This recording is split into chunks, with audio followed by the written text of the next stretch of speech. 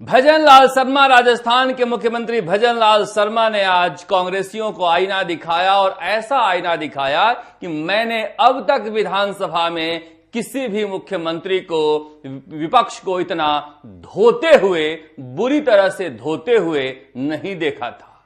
धोबी पछाड़ धोना जिसे कहते हैं, आज भजनलाल शर्मा एक एक करके ऐसे रंग में नजर आ रहे थे। कहते हैं ना कि दुश्वारियां व्यक्ति को और निखार देती है। तो जिस तरह से विपक्ष आज घेर कर हंगामा कर रहा था, भजनलाल शर्मा का अंदर का नेता जागता जा रहा था। आज बहुत ही प्राकृतिक, नेचुरल लग रहे थे जब वो हमला बोल रहे थे। और क्या हमला बोला है। अक्सर वो पढ़ते हुए भाषण को आंकड़ों में उलझ जाते हैं, मगर जब राजनीतिक भाषण देना हो तो फिर कमाल का हमला करते हैं। और आज ऐसा लग रहा था कि विपक्ष अपनी चाल में फंस गया है। विपक्ष ऐसे मुद्दे को लेकर आया था जो आज के जमाने में भोथरा हो चुका है। टेलीफोन टेपिंग का मुद्दा अब कोई मुद्दा रहा नहीं, क्योंकि लोग मोबाइल पर व्हाट्सएप और फेसटाइम पर बात करते हैं। ऐसे में पुराने जमाने के मुद्दे उखाड़कर लाकर विधानसभा न चलने देने की साजिश आज धाराशायी हो गई, क्योंकि अब ये मसले गले के नीचे उतरते हैं नहीं। सचिन पायलट के सियासी संकट के समय जो टेलीफोन टेप हुए थे, वो कुछ अफसरों ने अपने लोगों से फोन कराया था नॉर्मल नंबर पर और इधर से टेप किया था, उधर से किसी नेता का टेप नहीं हो पाया था। क्योंकि आजकल कोई भी नेता, कोई भी पत्रकार फेस टाइम और व्हाट्सएप के अलावा कहीं बात ही नहीं करता है। इसलिए बहुत ही भोथरा हथियार लेकर आज कांग्रेस विधानसभा के वेल में आई थी, जो बैठे बिठाए भजनलाल शर्मा को इतना बड़ा मुद्दा दे दिया कि पानी पी पी कर पूरा 2 घंटे तक पसीना पोंछ पोंछ कर धोया है विपक्ष को। और विपक्ष की ऐसी हालत थी, मुझे लग रहा है कि कांग्रेस विपक्ष के लिए बनी ही नहीं है। 2 घंटे में ऐसी हालत हो गई कि गोविंद सिंह डोटासरा हाथ जोड़ते नजर आए। रफीक खान हो या दूसरे नेता हो जो सचेतक हैं, वो हाथ जोड़ते नजर आए, थोड़ी देर और चिल्ला लो, थोड़ी देर और चिल्ला लो। कांग्रेस के विधायक भागकर बेंच पर बैठ जाते थे, उन्हें पकड़ के लाया जाता था, आगे ठेल कर ले जाया जाता था और वो थक जाते थे। दरअसल संगठन से निकलकर अगर आप इस पद पर बैठते हो तो ऐसा लगता है कि उस व्यक्ति को अनुभव नहीं होगा, मगर आज इसे कहते हैं कि मुश्किलें पड़ी तो भजनलाल शर्मा निखर गए। यकीन मानिए, कांग्रेस ने अगर यह व्यवधान नहीं किया होता तो भजनलाल शर्मा का इतना शानदार भाषण नहीं होता, इतनी आवाज में तेजी नहीं होती, एक बार भी नहीं लड़खड़ाए वो और बोलते ही चले गए। एक बार तो गजब का सन्नाटा हो गया जब उन्होंने कहा कि कहते हैं मुख्यमंत्री भोला है, भोला है, सीधा है, मगर याद रखना सूद समेत वसूलूंगा, ब्याज समेत वसूलूंगा। अचानक विपक्ष को लगा काट मार गया, सन्नाटा हो गया कुछ सेकंड के लिए। क्यों? विपक्ष जांच से डरता है क्या, पता नहीं, मगर उसके बाद फिर से हंगामा शुरू हुआ। मगर जिस तरह से वो आज आंकड़ों के साथ साथ हमला कर रहे थे, वो हमले ऐसे थे जिसे जनता से कनेक्ट किया जा सकता है, जनता से कनेक्ट किया जा सकता है, चाहे रोजगार का हो, चाहे भ्रष्टाचार का हो, चाहे पेपर लीक का हो, चाहे बिजली का हो या पानी का हो। उन सारे मुद्दों को लेकर वो बोलते नजर आए और बीच में कोई टोकने वाला नहीं था, क्योंकि विधानसभा अध्यक्ष तो अपना है, माइक अपना, कैमरा अपना, तो फिर खुलकर मैदान। और आज ये भी स्थापित हो गया कि राजस्थान का एक ही लाल, भजनलाल। क्या यह रणनीति के तहत हुआ? सदन में अचानक से ये गूंजना शुरू हुआ, राजस्थान का एक ही लाल भजन लाल, और भजन लाल अपना भाषण रोक दिए। उसके बाद बीजेपी के तमाम विधायक इस नारे के साथ चिल्लाते नजर आए, शोर करते नजर आए कि राजस्थान का एक ही लाल भजन लाल। दरअसल कांग्रेस ने उन्हें बीजेपी के अंदर एक स्थापित नेता होने का बड़ा मौका दिया है, एक भोथरे हथियार के साथ, जो कोई मुद्दा था ही नहीं। और भाषण करने के बाद लपक कर दौड़कर सबसे पहले हाथ कौन मिलाने गया? प्रताप सिंह सिंघवी और कालीचरण सराफ। आप समझिए कि भजनलाल शर्मा कैसे आज मैदान मार ले गए।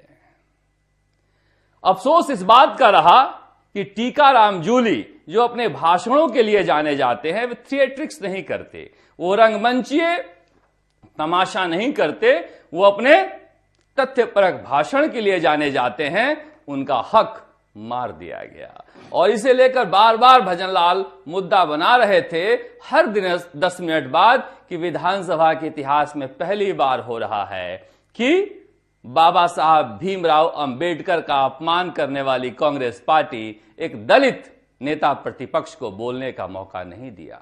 अब मुझे भी ऐसा लग रहा था कि जब कांग्रेस को यही करना ही था तो कम से कम टीकाराम जूली का भाषण करवा लेते और उसके बाद फिर से हंगामा कर लेते। मगर क्या पहले से कोई प्लानिंग थी कि टीकाराम जूली को आज सदन का हीरो नहीं बनने देना है? टीकाराम जूली बेचारे अकेले अकेले टेलीफोन टेपिंग बंद करो, टेलीफोन टेपिंग बंद करो के नारे लगा रहे थे। अरे कहां बंद करो? कोई भी महत्वपूर्ण काम, साजिश, षड्यंत्र, खुशी, हर कुछ आजकल व्हाट्सएप और फेस टाइम पर हो रहा है।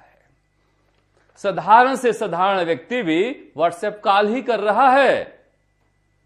ऐसे में बेचारे टेलीफोन टेपिंग बंद करो के नारे के साथ संघर्ष करते नजर आए, जबकि आज तैयारी कर रखी थी शानदार भाषण का। मगर उनके साथ ये खेल किसने किया पता नहीं। और इसी को वो भुनाते नजर आए भजनलाल शर्मा जब बार बार ये बात कह रहे थे। सुनिए किस रंग में नजर आए थे, फिर आगे बात करेंगे। मेरा जैसा व्यक्ति जो किसान व्यक्ति है उस परिवार से आता है, लेकिन मुझे आज दुख के साथ कहना पड़ रहा है कि ऐसे व्यक्ति को जो एक किसान और मेरे जैसे परिवार में आता है उसको नहीं बोलने के कारण, उनको मौका नहीं देने के कारण ये षड्यंत्र किया गया है, ये षड्यंत्र किया गया है। क्योंकि पिछली बार हमने देखा था तो वो हमारे अच्छे बोले थे, लेकिन ये कांग्रेस की अंदरूनी लड़ाई है, ये अंदरूनी लड़ाई है। ये उस बेटे को जिसको मौका दिया है, राजस्थान के इतिहास में पहली बार एक ऐसे समुदाय से और एक किसान परिवार से आने वाले व्यक्ति को इस मौके से वंचित करने के लिए ये एक षड्यंत्र रचा गया है। टीकाराम जूली बोल सकते थे और बोलने के बाद कांग्रेस हंगामा कर सकती थी, मगर वो कौन लोग थे जिन्होंने ये फैसला किया कि टीकाराम जूली को नहीं बोलने दिया जाएगा? खैर, बढ़ते हैं आगे। भजनलाल शर्मा एक एक करके मुद्दों को लेकर आगे बढ़ रहे थे और आज तो वो गोविंद सिंह डोटासरा की तरह बिना तौलिया लिए गमछा हिलाते नजर आए। वह गमछा जहां जहां हिलाया गया वहां वहां कांग्रेस साफ हो गई। सुनिए। उनको पता था सीटों के बारे में बात आएंगी, बड़ी बड़ी गमछा घुमा रहे थे। अरे ये तो बताओ मोरिया किसका बोला? अरे मोरिया किसका बोला ये तो बताओ भाई। ये गमछा कहां गया? मोरिया किसका बोला और कितनी बार बोला मोरिया? आज तो भजनलाल शर्मा मोरिया भी बुला दिए और गमछा भी हिला दिए बिना गमछा लिए हुए। मैं कहा ना, ये आपको झलकियां इसलिए दिखाया मैं कि आप समझ सकते हैं किस तरह से आज रंग में नजर आ रहे थे भजनलाल शर्मा, उनके अंदर के नेता को आज कांग्रेस ने निकाल कर बाहर रख दिया था और परिपक्व नेता बनने के लिए इससे अच्छा मौका कांग्रेस दे नहीं सकती थी। दरअसल कांग्रेस कहां दिखाई देती है? विधानसभा में, क्योंकि सड़क पर तो है नहीं। तो फिर विधानसभा में कौन बड़ा नेता है, इसके लिए भी वहां चल रहा है। मगर मोरिया बुलाने के बाद वो इस पर भी आए कि नौकरियों में कांग्रेस के नेता मजाक उड़ा रहे थे कि 64,000 तो सफाई कर्मियों और चतुर्थ गर्मियों की नौकरी है। उन्होंने कहा कि डोटासरा जी के तो आरएएस नजर आता है, गरीबों के बच्चे की नौकरी नजर नहीं आती है।